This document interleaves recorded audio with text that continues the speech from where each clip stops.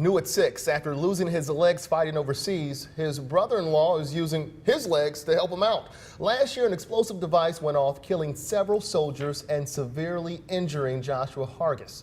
Yeah, this is such a touching story. Well, his relative, Patrick Griffith, a soldier as well, based out of Fort Stewart, is about to undertake a giant step to help him out.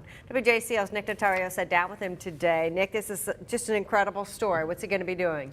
Walking with a lot of family and friends, and we're not talking a short walk. We're saying from Savannah to far west Georgia. Wow. Yeah, I know, and it's no small feat, but Griffith says it will go a long way to help his brother-in-law out. This is a routine Patrick Griffith has gotten used to. Bag packed, tennis shoes on. Griffith is exercising like he never has before. My wife and I, we walk every weekend. The reason?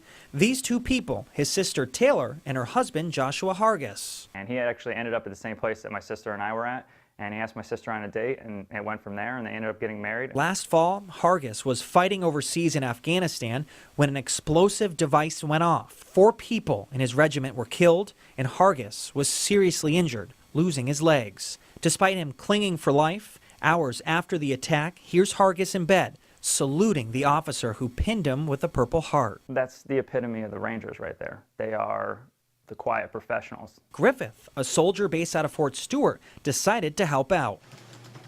He created this Facebook page for an event he's holding next month, the Warriors Walk. The goal? To raise $100,000. Money Griffith says will help out, especially since these two have their first child on the way. Griffith, he's not lacing up for your typical charity walk.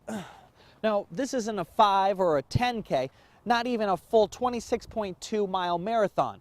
Griffith is walking from Fort Stewart in Hinesville to Fort Benning in Columbus, Georgia, 222 miles. Despite the length, Griffith says he's found plenty of people to walk with. My mom, my wife, my aunt, uncle, my cousin, 3 buddies from my unit, and one of Josh's good friends. And while he's exercising to get ready, he's found out walking isn't even necessarily the hard part. There's some places that we just had nowhere to stay, so we just went and asked random people, hey, I know you have a lot of farmland. Do you mind if we pop some tents in your yard? And they said, yeah, go ahead. As Hargis continues to recover, Griffith says he's proud of his brother-in-law and how he's overcome this traumatic event. Unfortunately, something that happens when you go to war.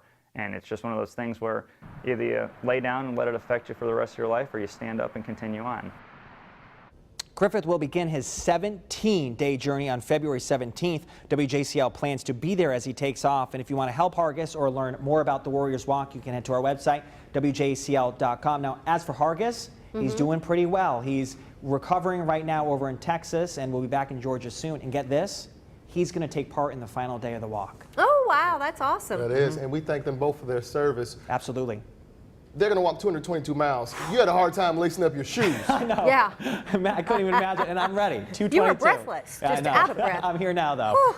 Long day. All right. Good luck, Nick. Well,